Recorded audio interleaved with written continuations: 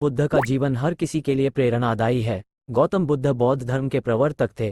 इनका जन्म 483 ईस्वी पूर्व तथा महापरिनिर्वाण 563 ईस्वी पूर्व में हुआ था। बचपन में उनको राजकुमार सिद्धार्थ के नाम से जाना जाता था। बौद्ध ग्रंथों के अनुसार गौतम बुद्ध के जन्म से 12 वर्ष पूर्व ही एक ऋषि ने भविष्यवाणी की थी कि यह बच्चा या तो एक सार्वभौमिक सम्राट या महान ऋषि बनेगा। 35 वर्ष की आयु में उन्हें ज्ञान की प्राप्ति हुई थी। वह संसार का मोह त्याग कर तपस्वी बन गए थे और परम ज्ञान की खोज में चले गए थे। आइए आज हम आपको सिद्धार्थ के महात्मा बुद्ध बनने तक के सफर के बारे में बताते हैं। जन्म काल। बुद्ध का गोत्र गौतम था। बुद्ध का वास्तविक नाम सिद्धार्थ गौतम था। उनका जन्म शाक्य गणराज्य की राजधानी कपिलवस्तु के निकट लुम्बिनी में हुआ था। बुद्ध के जन्म के 7 दिन के भीतर ही उनकी माता का देहांत हो गया था। उनका पालन पोषण उनकी मौसी गौतमी ने किया था। शिशु का नाम सिद्धार्थ रखा गया था।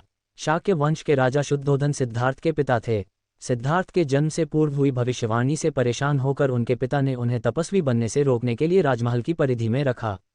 गौतम राजसी विलासिता में पले बढ़े, बाहरी दुनिया से आक्रांत, नृत्य करने वाली लड़कियों द्वारा मनोरंजन, ब्राह्मणों द्वारा निर्देशन और तीरंदाजी, तलवारबाजी, कुश्ती, तैराकी और दौड़ में प्रशिक्षित किए गए थे। कम उम्र में ही उनका विवाह राजकुमारी यशोधरा से करा दिया गया। दोनों का एक पुत्र भी हुआ जिसका नाम राहुल था। गौतम बुद्ध की वजह से बदल गया इस स्त्री का जीवन, जाने कैसे। सिद्धार्थ बचपन से ही अत्यंत करुण हृदय वाले थे। वह किसी का भी दुख नहीं देख सकते थे। इतने प्रयासों के बाद भी 21 वर्ष की आयु में उनकी अपने राज्य कपिलवस्तु की गलियों में उनकी दृष्टि 4 दृश्यों पर पड़ी। ये दृश्य थे एक वृद्ध विकलांग व्यक्ति, एक रोगी, एक पार्थिव शरीर और एक साधु।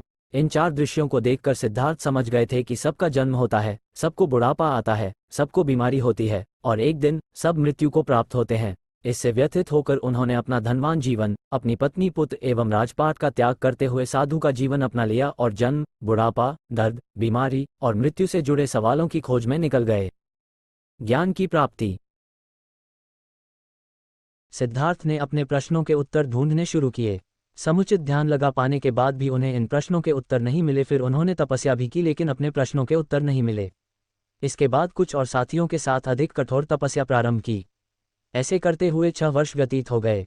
भूख से व्याकुल मृत्यु के निकट पहुंचकर बिना प्रश्नों के उत्तर पाए वह कुछ और करने के बारे में विचार करने लगे थे। एक गांव में भोजन की तलाश में निकल गए, फिर वहां थोड़ा सा भोजन ग्रहण किया।